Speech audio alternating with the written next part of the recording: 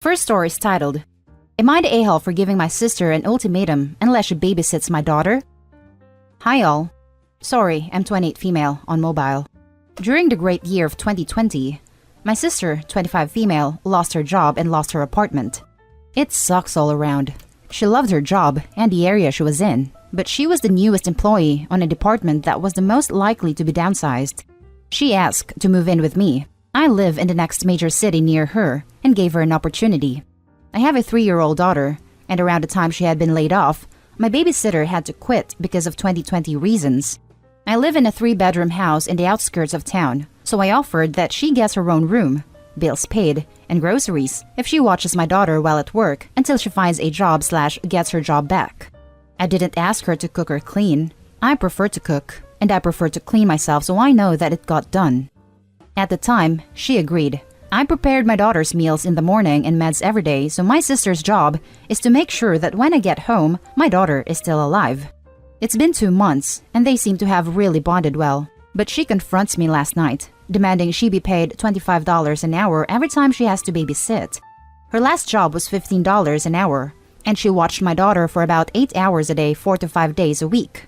Her current bills, including car payments, student loans payments, and cell phone bill and credit card payments, the cost of the room, any activity that she takes my daughter on, pandemic permitting, and groceries add up to more than what she made in the past. I told her that I couldn't afford to house her, feed her, pay her bills, and also a sizable stipend. I might be able to do like a stipend per 2 weeks, maybe $200 a week for personal things. She told me she wouldn't watch my daughter any longer. I told her if she doesn't, then I would be making her move out, following all legal proceedings, and wouldn't pay her bills any longer. I have a backup babysitter who I would pay what they quoted me, but they wouldn't be leaving with me. They would have a living wage for the area, $20 an hour, plus additional compensation for activities that they take my daughter on. My sister started crying and left the room.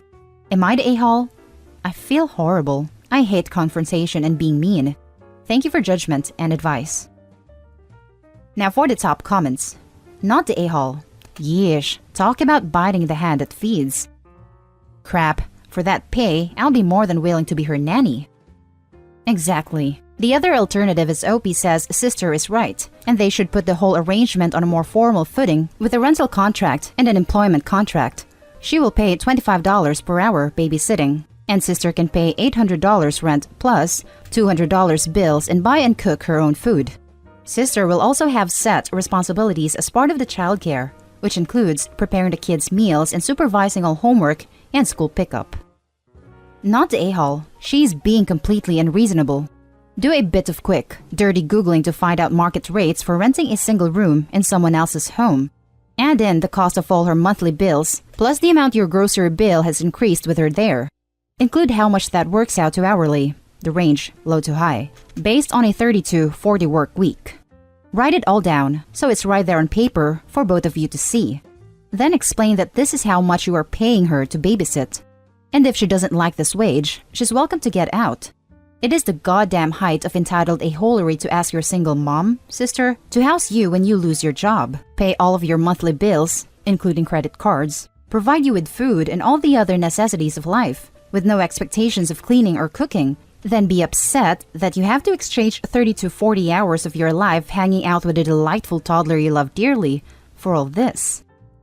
Thank you. Yeah, my husband unfortunately passed away last year. Life hasn't been that great lately. Haha. My daughter is my entire world, and my sister and my daughter love each other. I thought that bringing my sister in, they could bond, and I wouldn't have to worry about pandemic and strangers meeting my daughter.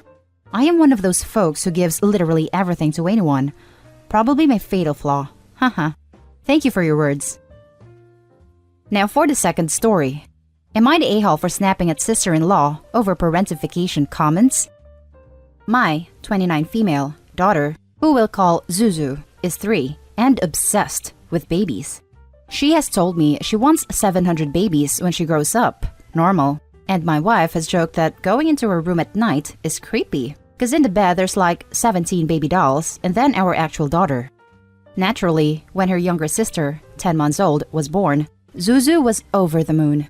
She came into the hospital room, jumped onto the bed next to me and told me I'm gonna be her new mama. She always wants to help with her sister. For a 3-year-old, that means small things like helping me pick out an outfit for the baby, holding her while she watches TV, helping with feeding the baby, etc. Zuzu is constantly supervised while doing these things because she's 3 and, can see a bird in the window and then all focus is on that. My sister-in-law is solidly child-free, which is fine and her choice. But lately, whenever she's been over and Zuzu has been playing with her sister, which nowadays means putting little sister in a doll stroller and parading her around the house, she has started going on about parentification. She has told us Zuzu will resent us for this, and that kids who are forced to be parents are depressed grown-ups. Yesterday was no different. We were eating lunch and Zuzu asked if she could feed a baby some food. I actually said no, because we were in a rush, and sister-in-law said, "See? That's what you should be saying. It's horrible and wrong you would force a child into a parent's position." Well, I had enough and asked her to leave, and said that if she was going to keep making comments like that, she wouldn't be welcome. Wife agrees with me and said if I hadn't said it, she would have, but I've gotten some supremely nasty texts from sister-in-law saying she was just trying to help. Some of my friends who are aware of the situation said I shouldn't have been so harsh either. Am I the a-hole? Edit. Sister-in-law is 5 years younger than my wife, who is 32. They have no other siblings, and from what I have seen, wife has told me, etc., there was never anything like parentification ever. Now, for the top comments. Not the a-hole. Parentification is abuse. My mother did it to me, but this is not parentification. Seconded, as someone who was also parentified. Parentification is forced caregiving and does not allow a child to be a child. Zuzu clearly enjoys helping with her sister, and these are things she chooses to do, rather than you forcing her. Sister-in-law needs to get a grip. Not the a-hole. Thirded, my brother was parentified and had zero ability to cope with it, because he was only 14. A lot of messed up things happened as a result, and now I have lifelong post-traumatic stress disorder. Not the a-hole, OP. Not the a-hole. First, no forcing there. She's asking. Second, it's totally natural. And finally, getting toddlers involved is a really good way of heading off sibling rivalry. You're doing fine. Sister-in-law should butt out. I absolutely agree. I was obsessed with my brother when he was born. Younger siblings are the best. Can't teach your Cabbage Patch Kids dumb first words while mom and dad are angling for mama and dada. Zuzu's trying to get her first word to be Zuzu, of course, or sunglasses, which I have no explanation for. Next story is titled, Am I the a-hole for asking my daughter to share her college fund with her brother? I have 2 kids. Luke is 20 and Grace is 18. My soon-to-be ex-husband has a younger sister who is the same age as Luke. When Luke was 8, he put gum in her hair as a prank, and he was severely punished, but nothing could subdue my mother-in-law. She had to cut her daughter's hair, though she spent a small fortune on the best quality hair extensions she could, and sister-in-law hated Luke from that moment on. Mother-in-law and her husband hated him as well. She said he wasn't her grandson. He was never allowed in her house. Her husband actually said he should drop dead. Looks are everything in that family. My mother-in-law pretty much never saw Luke again, never bought him a Christmas or birthday gift. I wanted to go no contact, but my husband insisted that he wasn't losing his mom and continued to go over there with Grace. My husband also has an older sister with 2 kids. I knew mother-in-law paid for their college, but I figured she would not pay for either of ours. Well, my daughter recently turned 18, and mother-in-law let her know that she has $200,000 for her. Grace didn't try to rub it in, but she was very emotional and couldn't control her reaction in front of Luke, because up until this point, she had been looking for scholarships and planning on community college. Luke does go to community college while working part-time.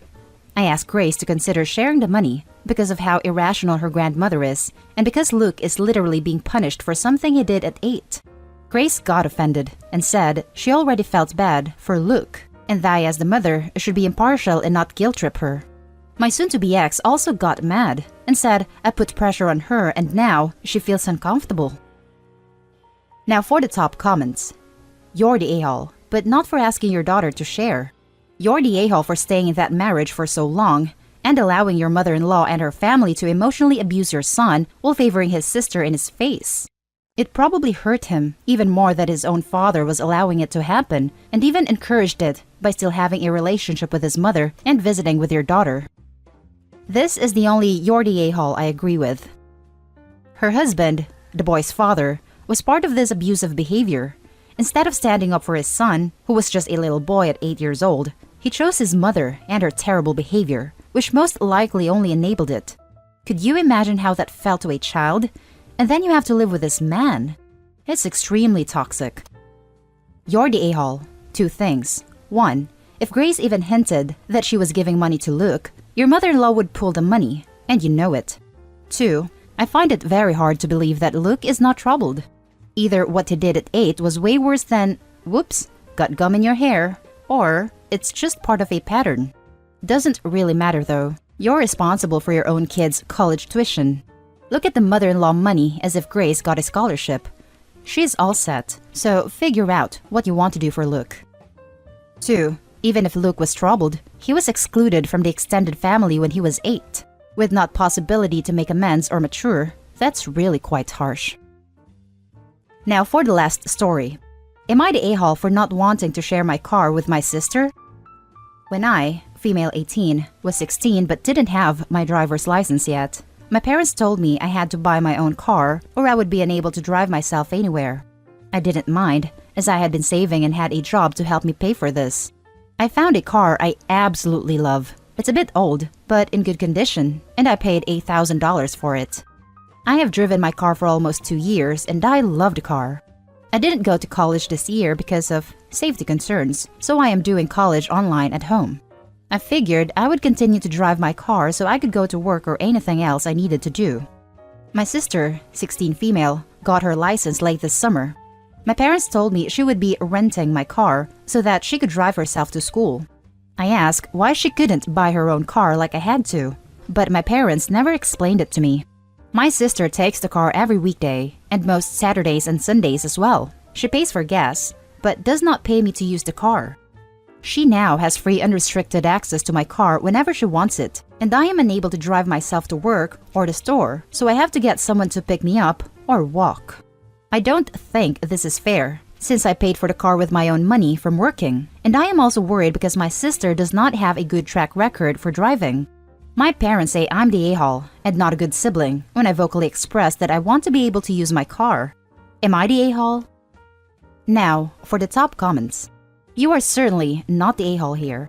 If your parents were fine with you paying $8,000 for the car, they should be fine with your sister paying you back $4,000, minus a bit because of depreciation, of course. When it comes time to service the car, buy new tires, change the oil, etc., will it still be a shared car or is it your car again?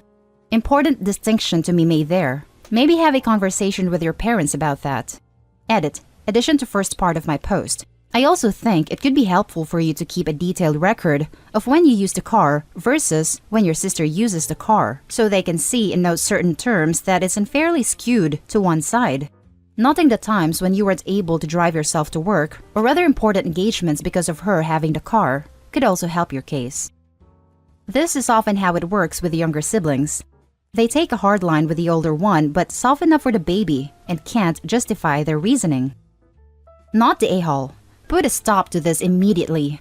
As the car owner, you are liable for any damage or accidents that your sister gets into. If she hurts someone, you could be sued. This is a dangerous situation for you.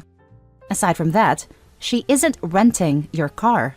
She's stealing it. She isn't paying to help with the upkeep either. Parts need to be replaced due to wear and tear. Take your keys back and put your foot down. No is a complete sentence. And that's the end of this video, folks. As always, leave a comment and hit like and subscribe. And if you want more of this content, turn your notification on to get updated on the latest videos. And I'll catch you in the next one. Stay safe.